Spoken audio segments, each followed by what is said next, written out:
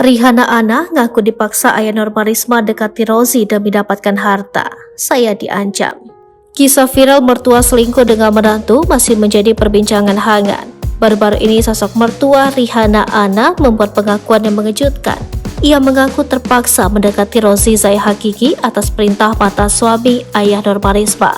Hal itu diungkapkan oleh pengacara Rozi Jumadi belum lama ini. Dilansir kanal YouTube Star Pro, ia memperlihatkan selembar surat yang ditandatangani oleh Rihanna. Dalam surat tersebut, Rihanna mengaku dipaksa ayah Norma Risma untuk mendekati menantunya demi mendapatkan harta Rozi. Bahkan ia mengaku diancam jika tidak menuruti permintaan mantan suaminya. Jika Rihanna tidak melakukan perintah ayah Risma yang kini telah menjadi mantan suaminya, maka bukti chat antara dirinya dan Rozi akan disebarkan.